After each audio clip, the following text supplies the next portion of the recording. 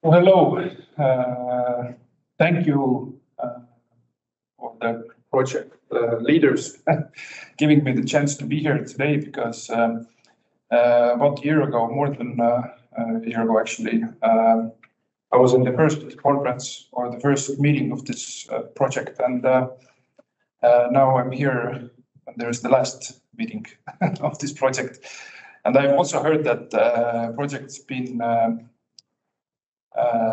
really intense and eventful. And yeah, I was asked to do a presentation about best practices and things what Pärnu does in the way towards a greener future. So I'll give you a brief presentation of our ways we do things. But of course, as the previous presenter also mentioned, some of the logic and some of the things are similar what we do as well. So this is Pärnu. This is one part of Pärnu actually. Pärnu is divided by river, and we are a city that consists of 3 other municipalities as well. We had 2017, we had municipality reform, and the city, the metropolitan city, had 3 other municipalities join the city. And the city area became this size, which is bigger than the territory of New York. But it's not that dense of people yet, I would say. We're just above 50,000. The metropolitan area is around 41,000. And the city itself got its city rights back in the 1251. So the city is also quite old, being part of the Hanseatic Union. We have sea, we have river. So it was important place back in the time for logistics, transporting cargo inland. Yeah, it's been important since then. And we're located between 2 capitals. So the capital of Tallinn, the capital of Estonia, Tallinn, which is 127 kilometers away, and the capital of Latvia, Riga, which is 186. So we are basically in the middle of 2 capitals. And it's the distance that some of the people would like to drive to work, work in Tallinn or Riga. But Pärnu has its own potential, beating those 2 capitals. Yeah, so this is the overview of Estonian map, the location of Pärnu, and if you drive around here, then there is Riga.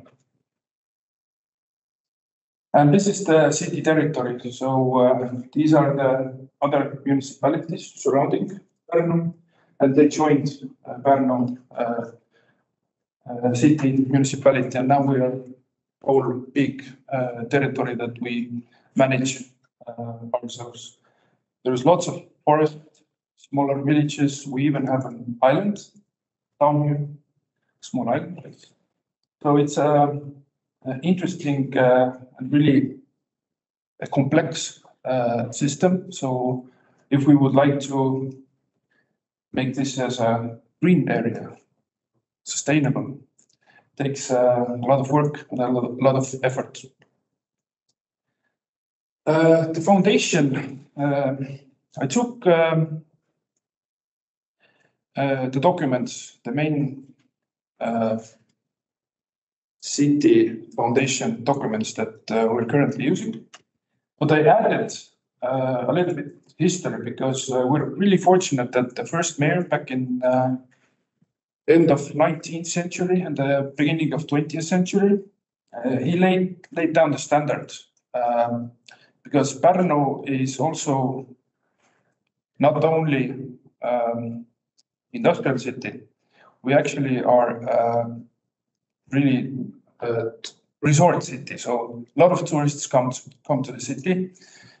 The resort itself is 186 years old, so it's a big tradition, or many years of tradition, people coming to visit Pärnu because we have a lovely beach. And our first mayor set the standard for different parks so that the city would be nice to be. So nice to walk, easy to walk. So we laid down the foundation. And of course, it was later improved by an excellent city architect called Olev Siinmaa, who created, who brought actually some modernistic aspects from Central Europe, where he studied. So the architecture is also, if you look at some of the houses built more than 100 years ago, you never think it would be years ago. So we value his insight to the city, and all these things set back 100-something years ago are still part of the city development. So we value what the people back then thought, and we try to keep the parks and the heritage. But of course, making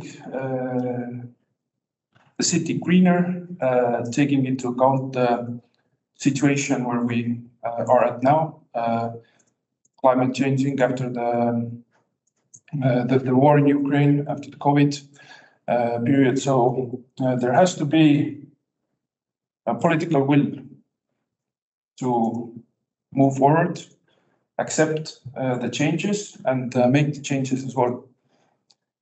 And also strong agreements, because I'm really fortunate to travel a lot. My field in the city is city planning, so I'm constantly living 5 to 15 years in the future. So basically, I know where something is going to happen, but I don't know if it's going to happen. So I'm constantly living in the future Pärnu in my mind. And that's what I mean, that we need to have these strong agreements that all these things that we're planning will also actually happen. And also Estonia is a small nation as Slovenia as well. So we're 1.3 million people. So a lot of the things are done on national level for us as well, which we are really grateful. And of course, the local level ground documents for us, it's the city general plan, which is taking account into the whole land use, where everything is planned in industrial zones, living areas, city centers, etc. Then the city development plan, which is more an action-based plan document that will also have some financial figures, and it goes more into detail, which is the next level from the city general plan. Then the city finance strategy, which is a document that shows us what we're actually able to build in the next 5 years or 10 years. And the last one is climate action plan, which we finished a year ago, 2 years ago, about a year ago, 1.5 years ago. And there was initiative, and we took the initiative and created this action plan together with the knowledge from Iceland, because we got into a project. And we had partners from Iceland to give us some insight.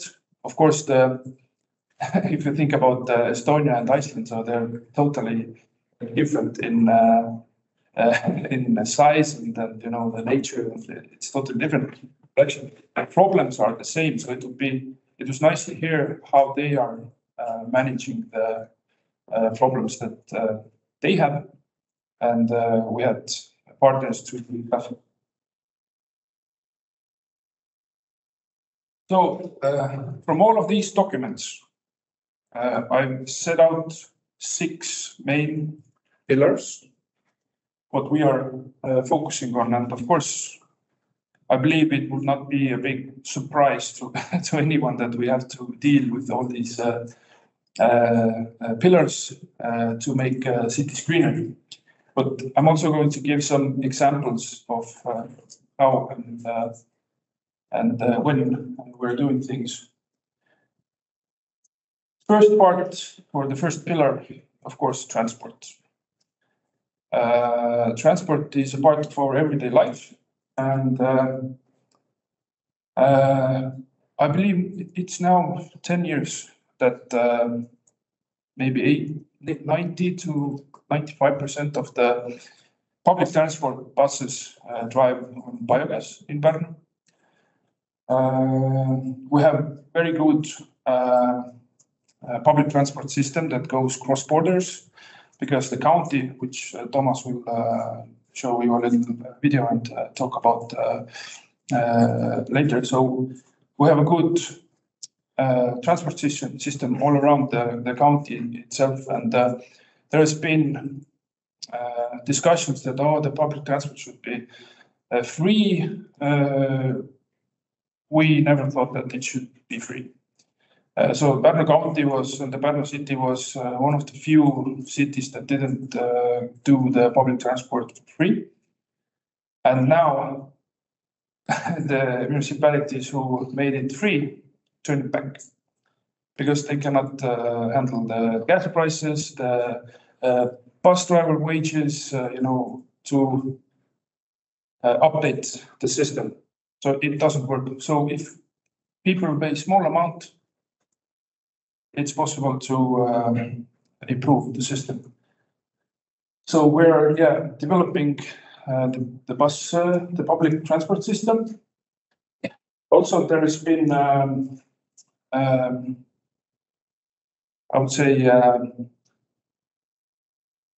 nice push from one of the ideas, or one of the dreams that actually Pärnu city had. As you saw from the picture, we have a river that is dividing the city, and it's not a small river, it's with over 300 meters. And it's not easy to go across the city from the city center.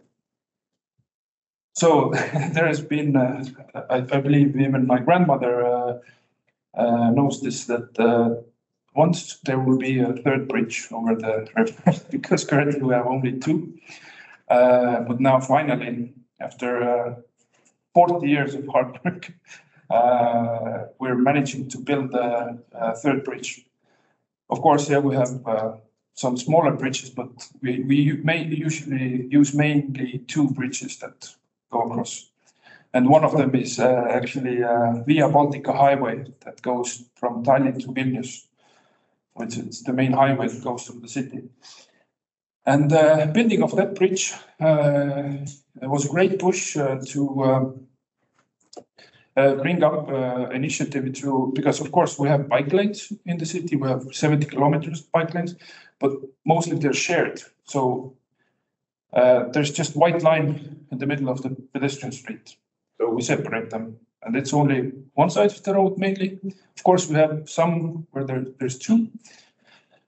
But now, if we are renovating, making this new big investment to the city, we took the next step, and we are going towards the standard, as we call it from Denmark, from Netherlands, from Belgium, that you have one separate bike lane, only for bikes going one direction, the other one is going back.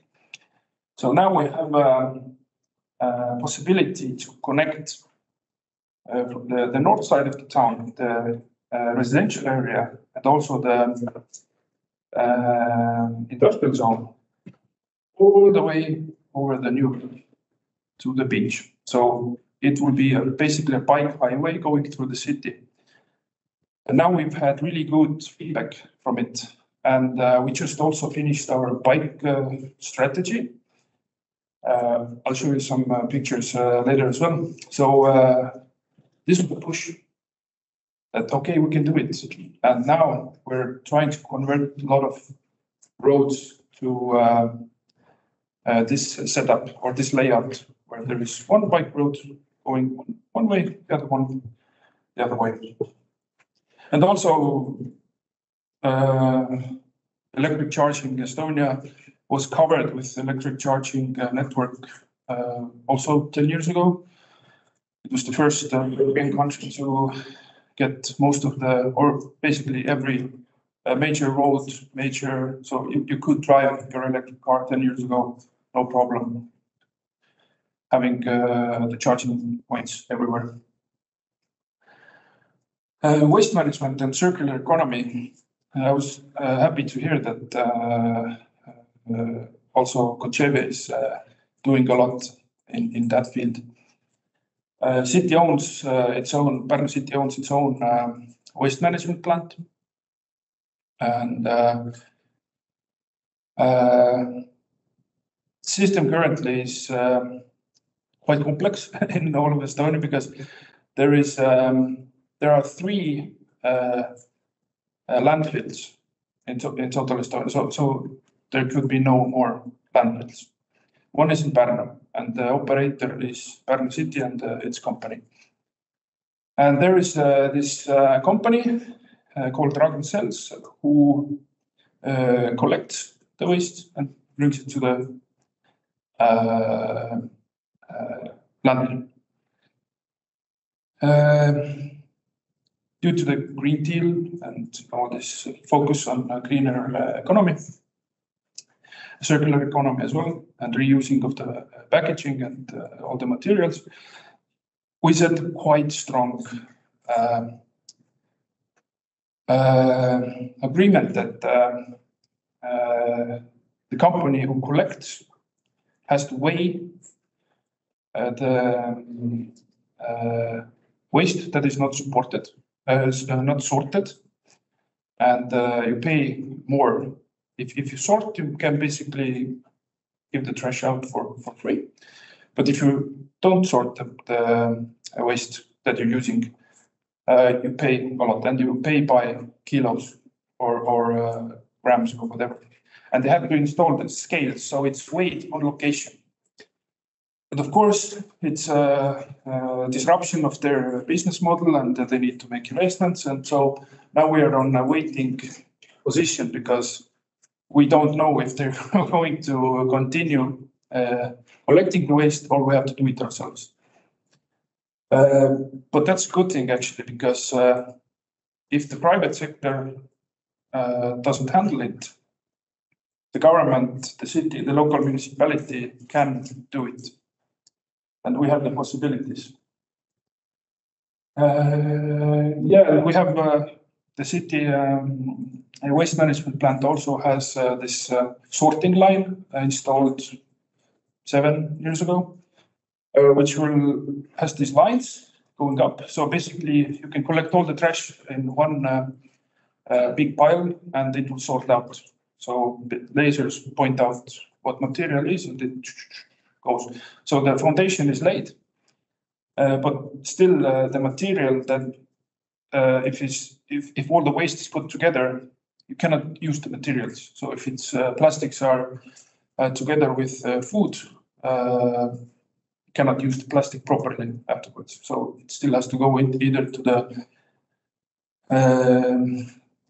to burning or put up into the landslide. And also one interesting thing, speaking about the solar power. We had old landfill in the city, which was covered, and we started to pump biogas out of it as well. Now it's basically empty. But the company, the waste company that city owns, and the private owner 50-50 covered the whole landslide or landfill with solar panels. So we have a 3 megawatt solar panel plant on top of the waste management or landfill. And transition to renewable energy, which brings us to a really big change that's going to happen next to Pärnu and also in Estonia. We are still currently we are a part of the Nord Pool electricity market, so it's a market-based system in Estonia. We don't have any nuclear plants. We're producing it. It's getting lower year by year and even month by month from coal, which is not good. We're not happy about it. But as you saw from the map of Pärnu, we have a lot of sea surrounding the Pärnu Bay and also some of the islands. And our national government decided to research the possibilities of offshore wind parks. And we're currently in a phase where most of the areas have already contractors, and we're already planning the zones. So in total, I just looked up. We will install the big, almost including the blades. It will be 400 meters tall wind turbines, and we will probably install 800 to 900 of them.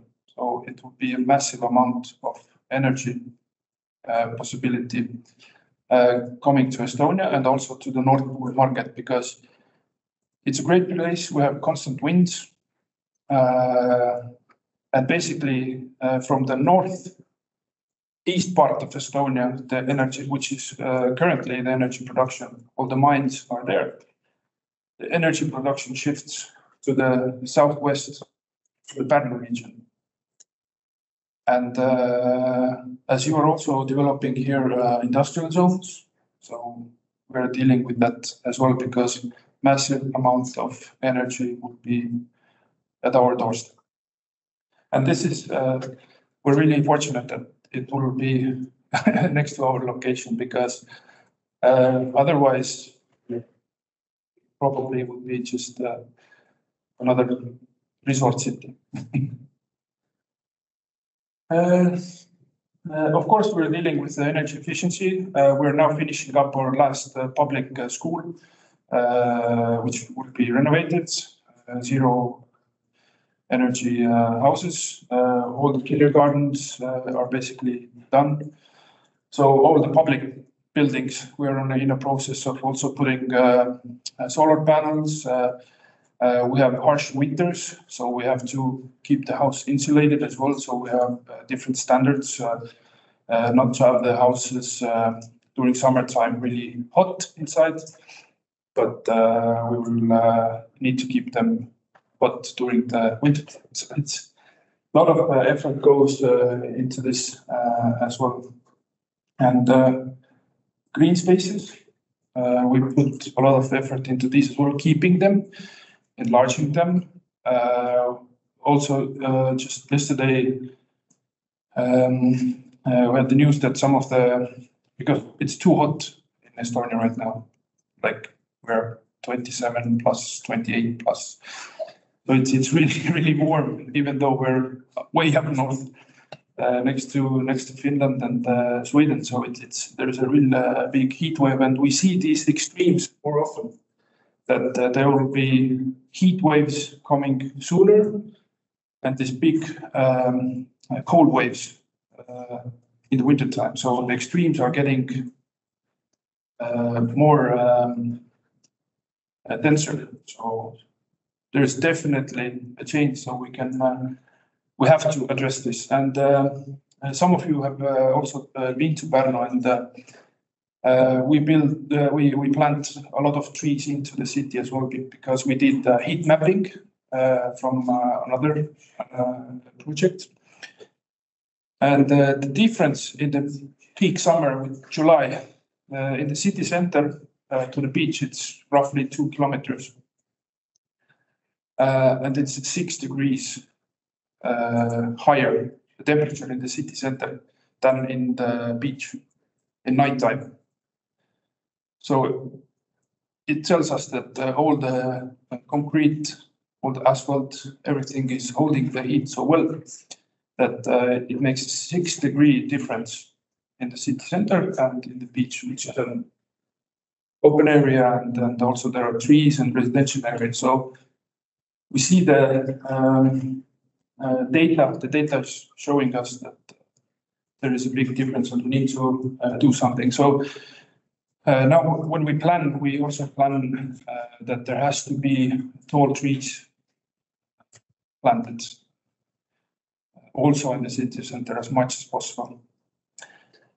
Which brings us to the sixth one, which is digitalization of services. And this is more a pillar for a longer view in terms of it doesn't give an effect maybe real fast, but Estonia is really known about its e-governance system. So we are constantly developing the services, what the Estonian government can offer to its citizens. Last week had a presentation about the Estonian. One example to give you here as well is that if you have a child,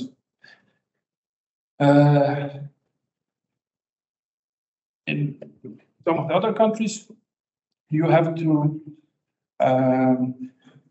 know or go and look for what kind of possibilities you have to get some grants, some support, where to, I don't know, get paid or whatever. So Estonia has a system that the government knows, or you have a child, and it will let you know, hey, you have this opportunity, you have this opportunity. Is this your bank account? Can we send you the support to this bank account? So the government purpose is to push towards more personal approach, and a lot of municipalities are also following the same steps. So if we digitalize services as much as possible, people don't need to commute to come to the city hall to do their thing, park in the city center. So it's a really round way of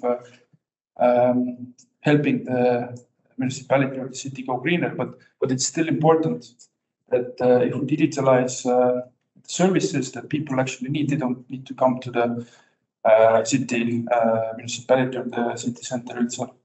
And also wasting paper, it's really long goals. And also digitalization means possibility for a city to develop city digital twin. We are also taking the first steps of creating city digital twin, which means if we can collect the data from the city environment itself, put it in a system where we could manipulate the data, we could prognose all the sea level rise and lowering, the heat waves, the wind corridors between the houses, and we can also know if we know the specific tree, what type of tree it is. We can start building and planning what kind of trees we need where. So going to this digital direction definitely helps of planning a better city environment, because we could use the mega amounts of data that we actually have that we cannot use right now.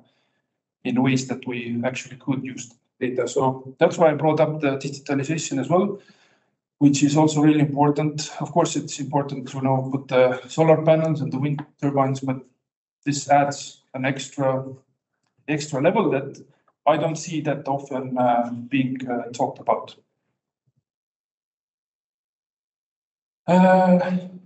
Results. I don't know, I'm over the time already. Okay, yeah, I'll make it quickly. From the climate action plan, we found out that Pärnu is a climate positive city already. So we, thanks to our forest and bogs and everything, so we are climate positive, which means that we can use more of the carbon dioxide that is being produced in the city will be used by the nature as around us, and they emit more green back. So, but still there is ways to go. So we set the goal for reducing 100 tons of CO2 still from the public buildings, usage of cars, making the roads used for bike transport. And yeah, so still have a goal. So but there's always room for improvements. I really loved seeing Ljubljana taking really strong steps of pedestrianizing the city center, which is super impressive. We are still in some ways struggling with this, but definitely there has to be strong decisions to be made because as from the Ljubljana example, it brings more people to the city. It increases the businesses, so it's a more pleasant place for people to be. And of course, we as a resort city need this as well. So we have started with a few of the streets years ago, and we need more to do this. So it's a great example.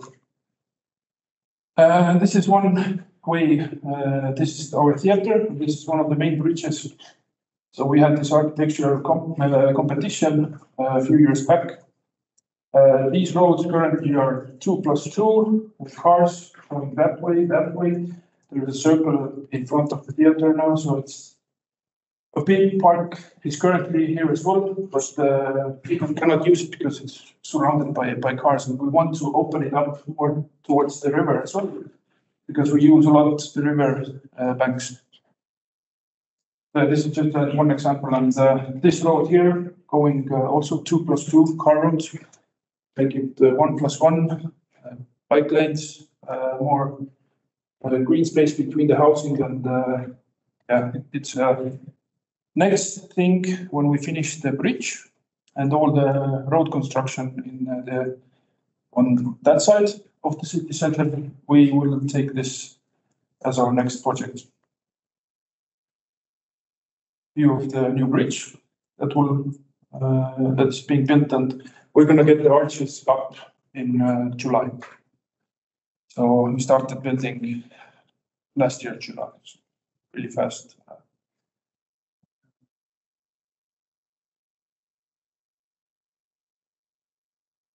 Yeah, this is just an overview of the bike lanes that I was talking previously, all these bike roads.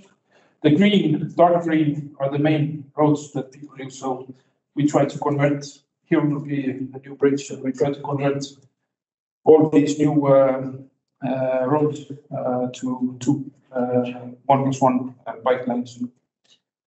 And this is a picture of our green zones. We have a lot of parks on the coastline, natural preserve area. This is a big bog on the north side of the city, and we have different parks in the city center, and try to keep as green as possible.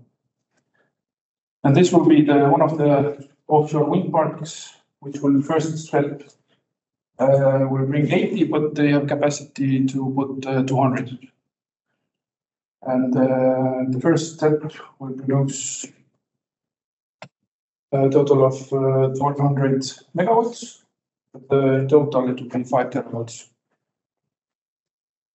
And I forgot to mention that also there is a big project called Rail Baltic, which connects all the Baltic states. And then second international station will be also in Pärnu. And we're also going to have a cargo station. Detailed plan is being accepted in council in June. Next to this cargo terminal and service station, there's also a private investor or private company who will start to produce e-methanol and hydrogen.